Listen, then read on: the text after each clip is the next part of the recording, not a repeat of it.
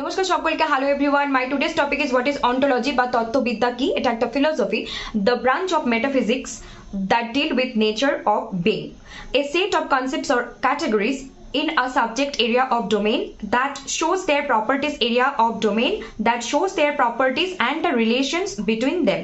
The study of existence is also the study of how we determine if things exist or not, as well as the classification of existence. It attempts to take things that are abstract and establish that they are in fact real.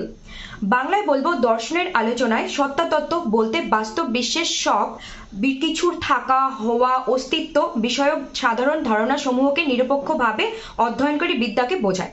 বিশেষত অস্তিত্ব, বাস্তবতা এদের সম্পর্ক বিষয়ক আলোচনায় সত্তা তত্ত্বের মুখ্য আলোচনার বিষয়। দুটি গ্রিক শব্দ থেকে এই অন্টোলজিয়া শব্দটি এসেছে।